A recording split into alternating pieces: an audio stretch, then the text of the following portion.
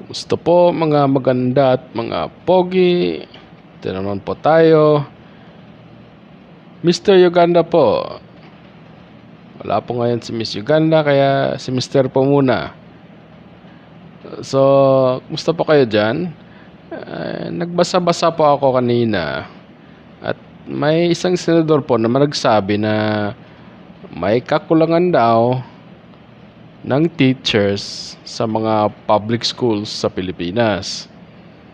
Sabi doon, mahigit 51,000 daw ang unfilled positions sa DepEd, unfilled teaching positions. Nagtataka ako bakit umabot ng garon karami ang unfilled position samantalang ang dami-dami namang gustong pumasok sa public schools kasi medyo okay na rin yung sweldo, di na rin masama, 27,000 for a start.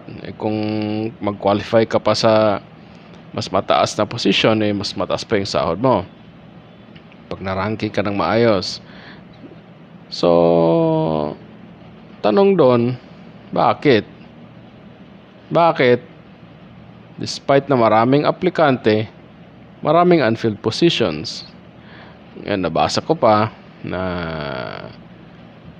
mag-open pa daw sila ng mga positions for non-teaching personnel gaya ng administrative officer tsaka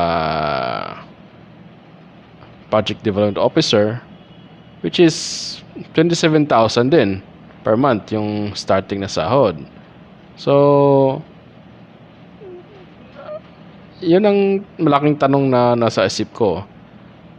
Bakit hindi ma-fill yung mga positions na yun? Hindi naman ako maniniwala na walang gusto ng mga positions na yun. Kasi nga government job, stable, tapos di naman ganun kababa yung yung sweldo. Ang pagkakaalam ko nga maraming mga private school teachers gustong lumipat sa public school kasi nga daw mas malaki yung sahod, tsaka mas stable, tsaka government job, kaya marami daw benefits.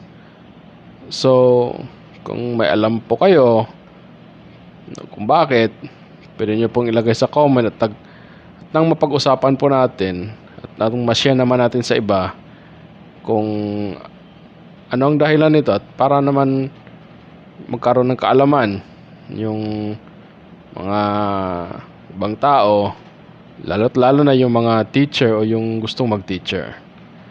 So, thank you po sa inyong mga magiging comments, at sana naman po ay maging maayos ang the rest of your day. Thank you po at God bless. Bye po.